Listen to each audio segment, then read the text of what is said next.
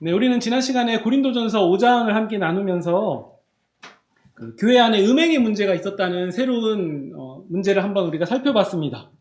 그리고 교회 안에 음행이 있는 것뿐만 아니라 교인들도 그것을 방치하고 있었다라는 얘기도 함께 살폈는데요. 그러니까 바울의 표현을 빌리면 교회 안에 발생한 적은 누룩을 그냥 둔 상황인 거죠. 근데 성경은 얘기합니다. 교회 안에 발생된 적은 누룩을 제거해버려라. 내버려라. 왜냐하면 적은 누룩이 온 덩이에 다 퍼진다. 라는 얘기와 함께 내버리라고 경고한 거죠. 그러니까 작다고 그냥 내버려뒀다가는 다 퍼진다는 거예요. 이것은 교회 공동체의 거룩성을 지키기 위한 결정입니다. 동시에 신자는요, 살면서 음행하는 자들, 탐하는 자들, 속여 빼앗는 자들과 같은 이런 거룩하지 못한 자들을 마주하게 됩니다. 이건 신자가 이 세상에서 살면서 피할 수 없는 불가피한 일입니다.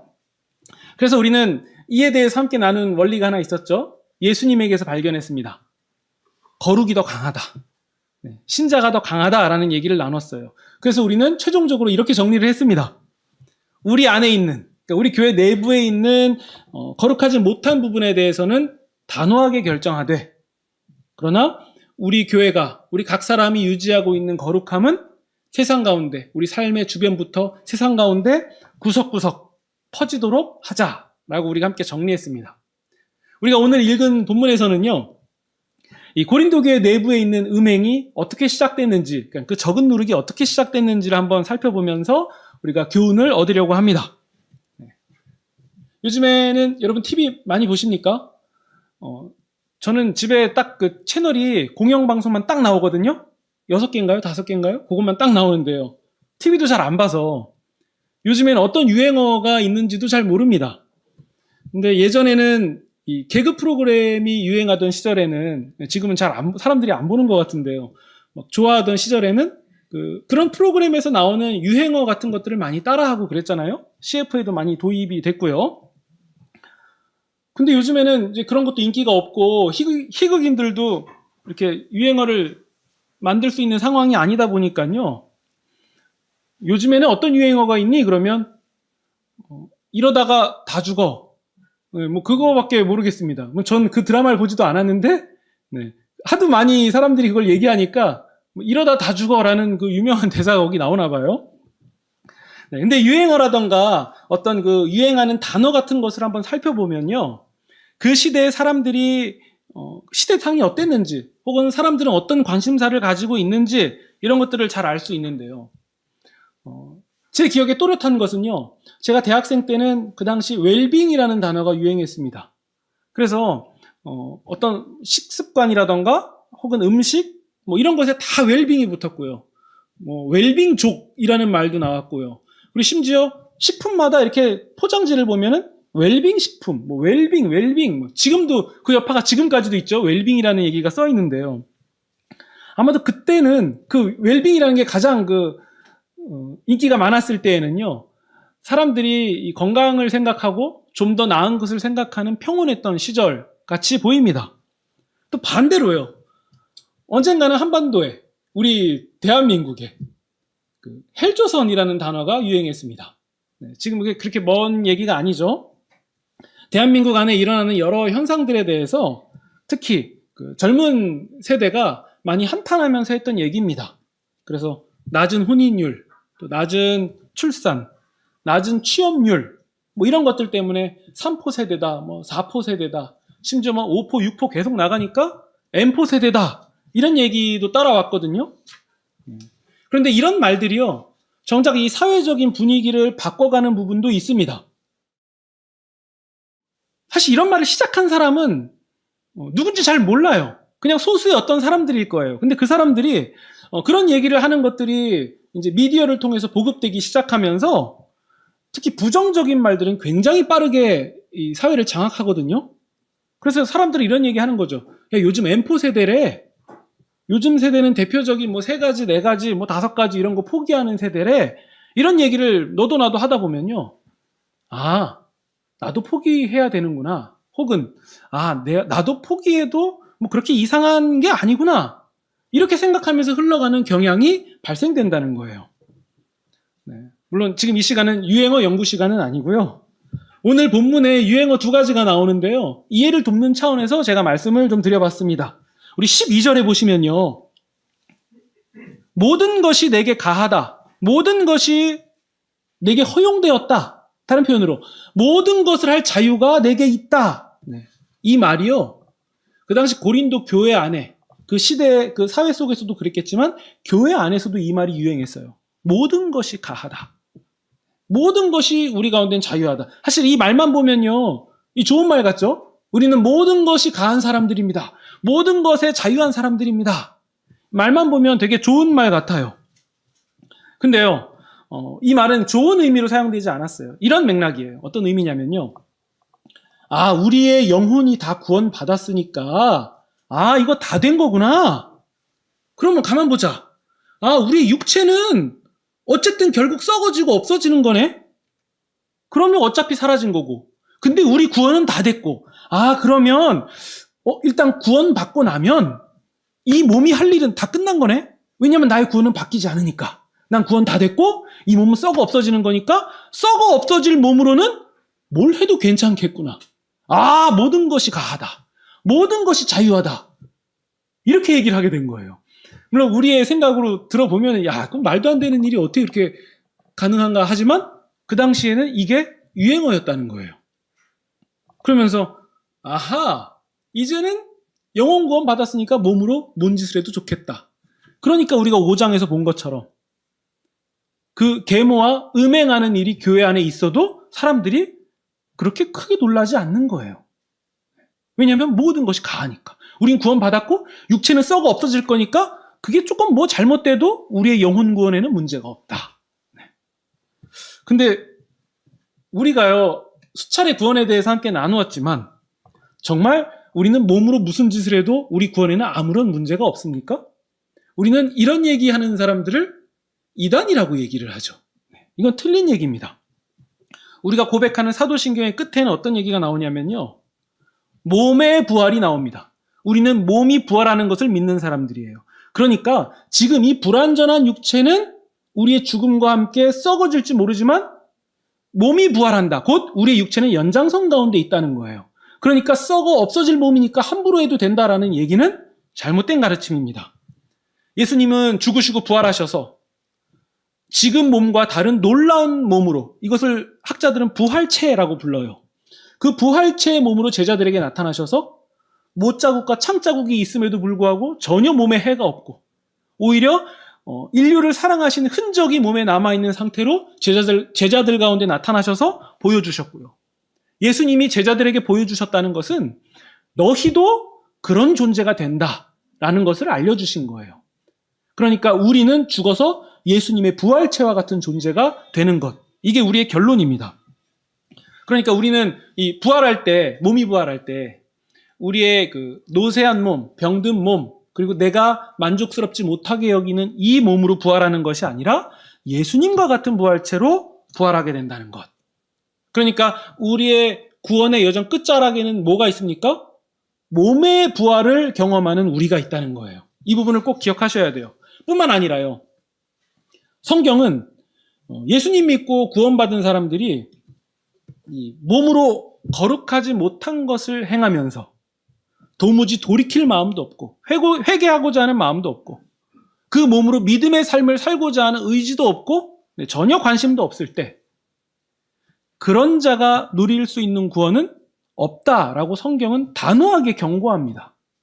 성경의 경고의 목적은 뭐죠? 돌아오라는 거예요. 그게 틀렸다라는 얘기인 거죠. 그러기에 영혼 구원 받았으니 이 몸으로는 무슨 짓을 해도 괜찮다.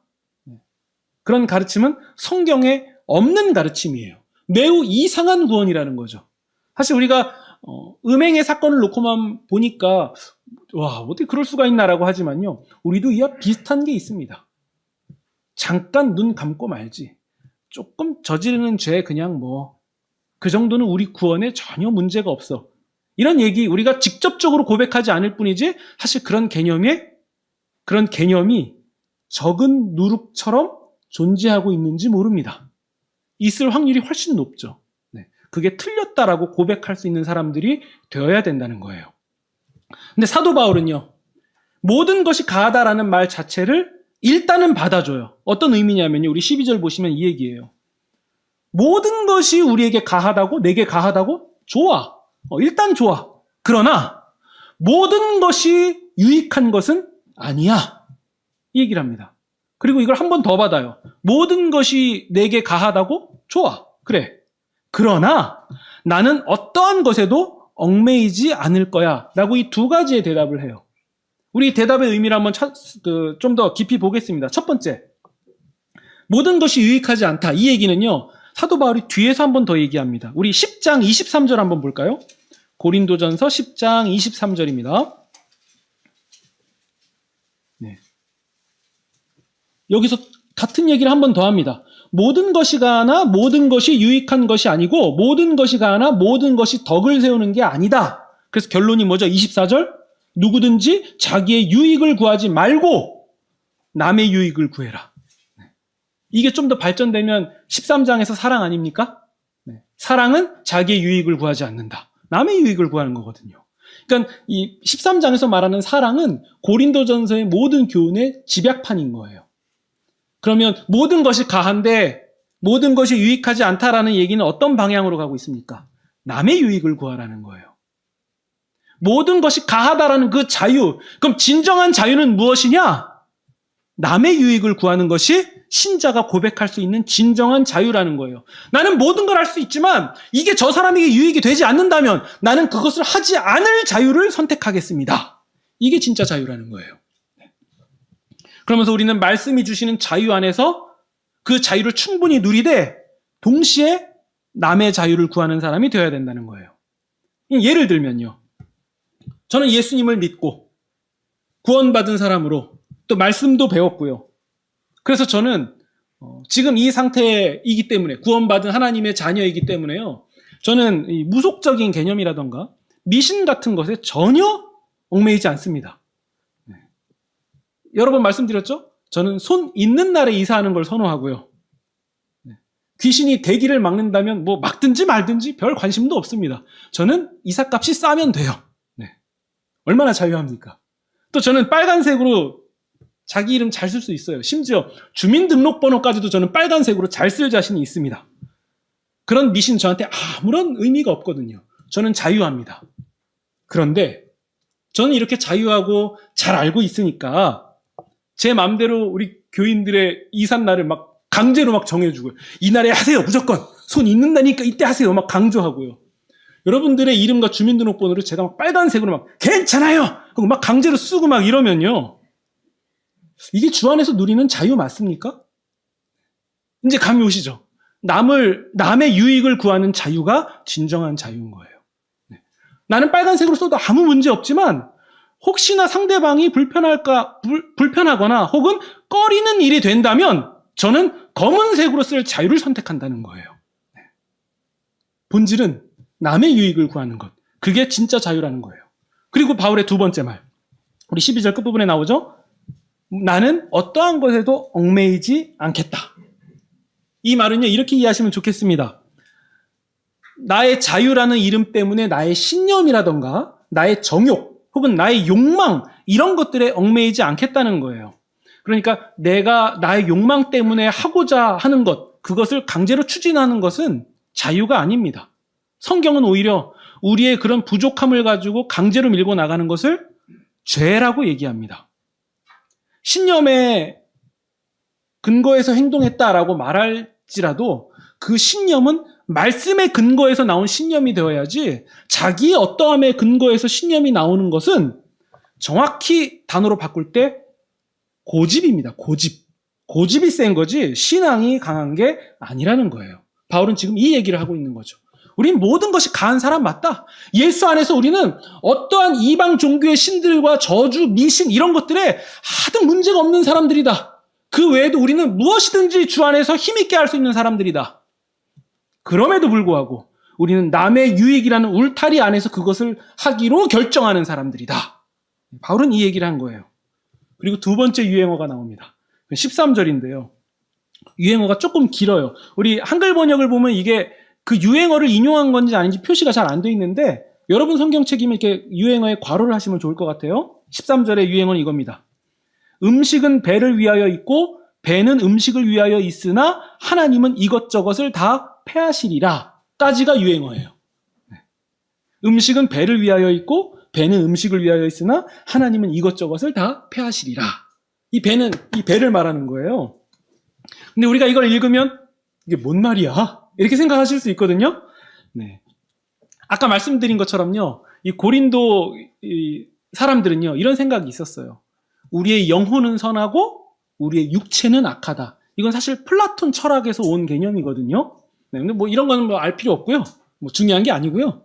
정말 중요한 건 우리의 영혼만 구원받고 우리 육체는 아무것도 아니야. 지금 이 얘기를 하고 있다는 거예요.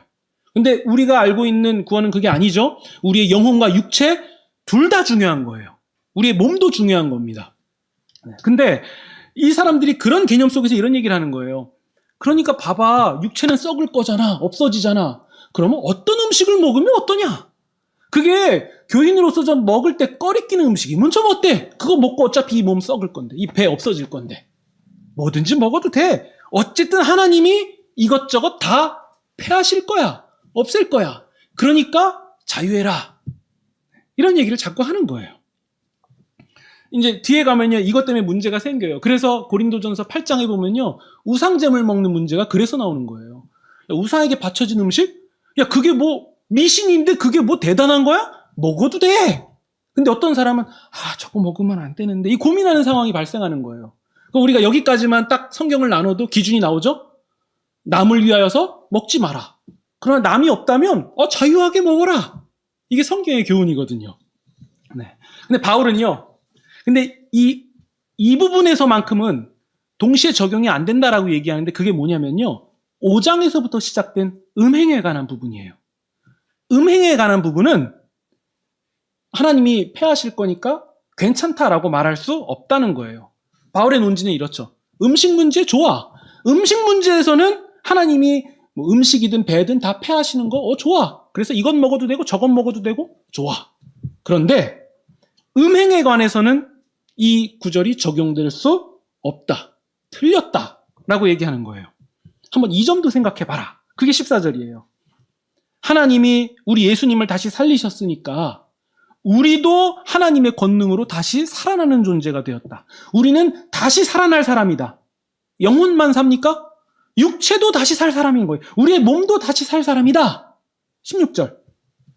16절입니다. 뒷부분을 먼저 읽을게요. 그런데 창녀와 결합한 자는 창기와 결합한 자는 그와 한 몸이 된다. 우리 창세기에 나오잖아요. 남녀가 하나가 된다라는 개념. 이 원리 때문에 성관계라는 것은 둘이 한 몸이 되게 되는 하나님의 신비요 선물인데 그것을 창기와 결합하는 데 쓸 수 있냐? 음행하고 거룩치 못한 일에 그것을 사용할 수 있겠냐? 15절. 근데 중요한 게 뭐냐면 너희 몸이 그리스도의 지체인 것을 모르느냐? 너희가 그리스도의 손가락이요, 그리스도의 손바닥이요, 그리스도의 팔꿈치고 그리스도의 팔이고 그리스도의 몸통인 것을 너희가 모르냐? 바울이 이 얘기를 하는 거죠. 그럼 이 개념이에요. 너희가 그리스도의 거룩한 몸인데 어떻게 거룩하지 못한 것과 하나가 되려는 시도를 하고서 그것을 괜찮다라고 말하느냐? 네. 그러면서요. 17절입니다. 주와 합한 자는 한 영이다. 그러니까 우리의 영혼과 육체와 모든 것이 주님과 결합되었다라는 얘기를 17절에 하면서요. 여기서 한 가지를 더 추가합니다. 우리 앞장에서 얘기했던 걸 한번 살펴볼게요. 3장 16절입니다. 고린도전서 3장 16절입니다. 고린도전서 3장 16절 17절 함께 보겠습니다. 고린도전서 3장 16절 17절 시작. 너희는 너희가 하나님의 성전인 것과 하나님의 성령이 너희 안에 계시는 것을 알지 못하느냐? 누구든지 하나님의 성전을 더럽히면 하나님이 그 사람을 멸하시리라.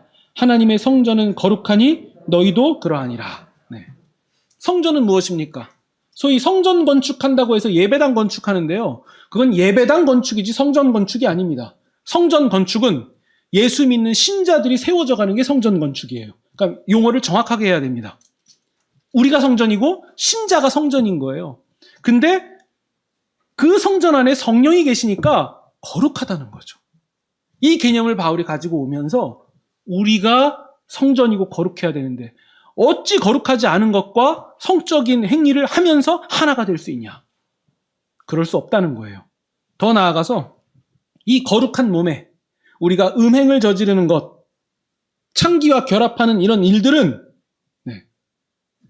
옳지 않고 이것에 대해서 죄책감도 느끼지 않고 아무렇지도 않고 오히려 자랑하며 교만에 빠지는 이런 행위는 내가 예수님과 연합되었다라는 것을 부인하는 것이고 우리 몸에 성령이 거하시는 것이다라는 이 사실을 부정하는 행위라는 거예요. 그러니까 매우 심각한 행위로 보는 거죠. 머리로는 그렇지 않은 것 같지만 그런 음행을 저지를 때마다 우리는 구원받은 사람이다라는 그 고백을 부정하는 행위라는 거예요. 그러니까 이렇게 이상한 유행어를 교회 안에서 외쳐대고 있으니까 통탄하지 않을 수가 없는 거죠. 근데 문제는 교인들이 통탄하지 않았다는 거예요. 그래서 바울이 이렇게 권면합니다. 18절입니다. 음행을 피하라.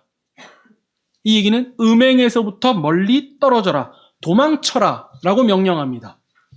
그러면서 이런 설명을 덧붙여요.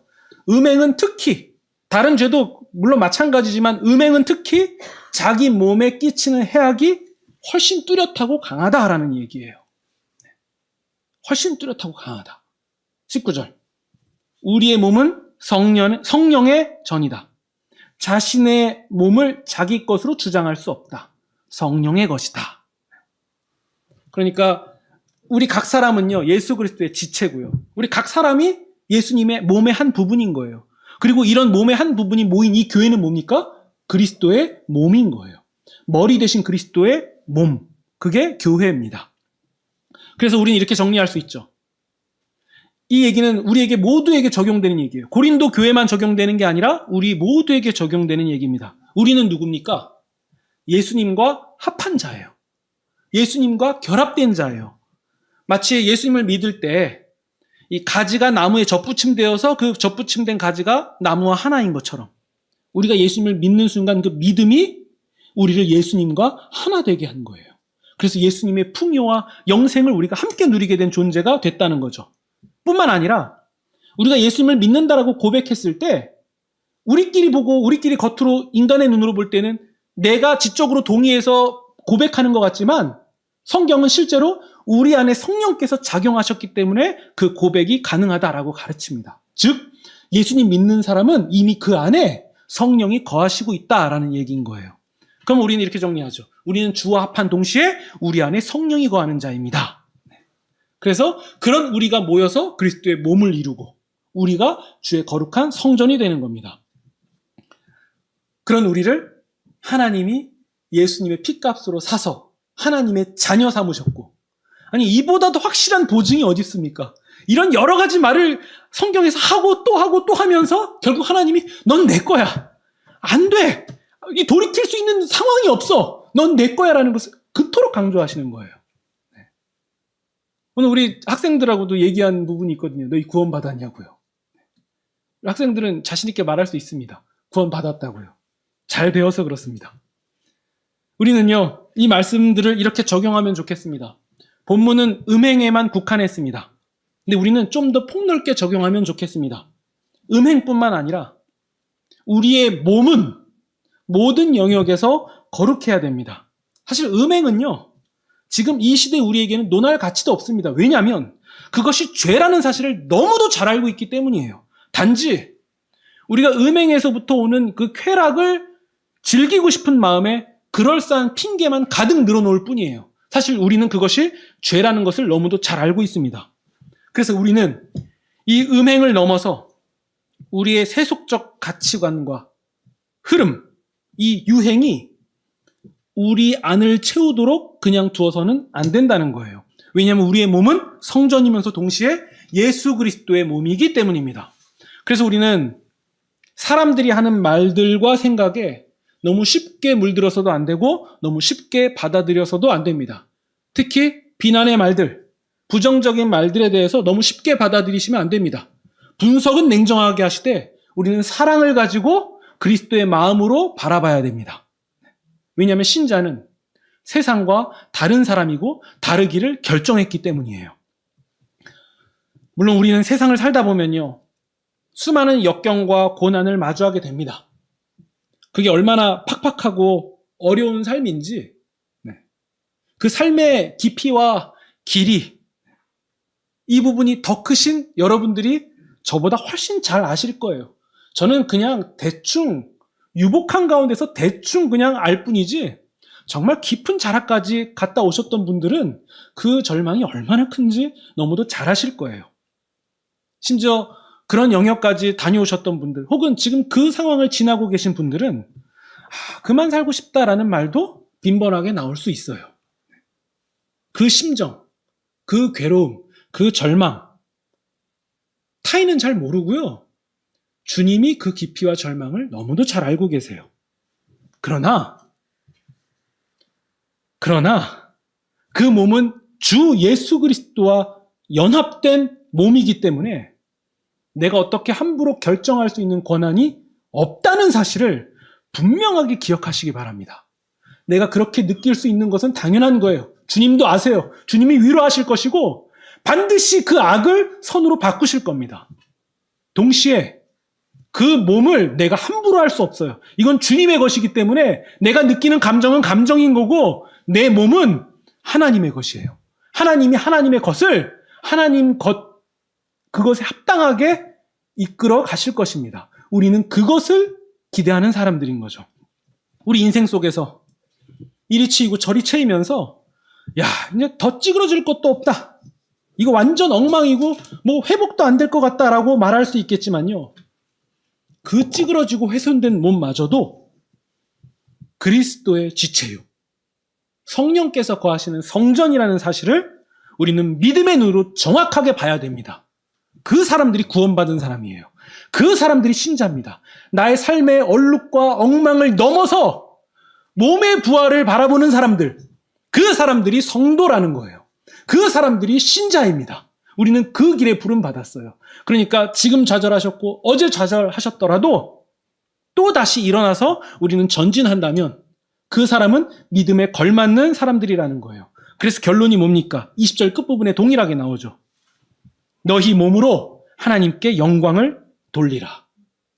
너희 몸으로, 근사해서 잘 돼서 성공해갖고 부유한 몸으로 하나님께 영광 돌리는 거 아닙니다. 지금 너희 몸으로, 지금 음행 가운데 망가져갖고 서로 쉬쉬하면서, 아니 도리어 자랑하고 좋아하는 그런 망가진 너희 몸으로 지금 이 상태에서 하나님께 영광 돌리라. 지금 몸으로도 할 수 있다는 거예요. 그러니까 지금 이 삶을 살아내는 것이 가장 중요한 기본이고, 더 나아가 악한 세상, 고난과 유혹과 죄악을 언제든지 마주할 수 있는 이 세상에서 예수님의 마음을 가지고 선한 양심과 선한 행실로 이 세상을 신자답게 끝까지 지나가는 것, 세속에 물들지 않는 것, 남의 유익을 구하는 진정한 자유를 행사하는 것, 이것이야말로 우리가 몸으로 하나님께 영광을 돌리는 것입니다. 삶의 어떠한 자리에서도 모든 것 위에 계시는 주님을 믿음의 눈으로 바라보시면서 우리가 예수님의 몸이요, 성령께서 계시는 성전이라는 이 진리를 토대로 담대하고 또 담대하게 전진하시는 그런 저와 여러분이 되시기를 주님의 이름으로 축원드립니다.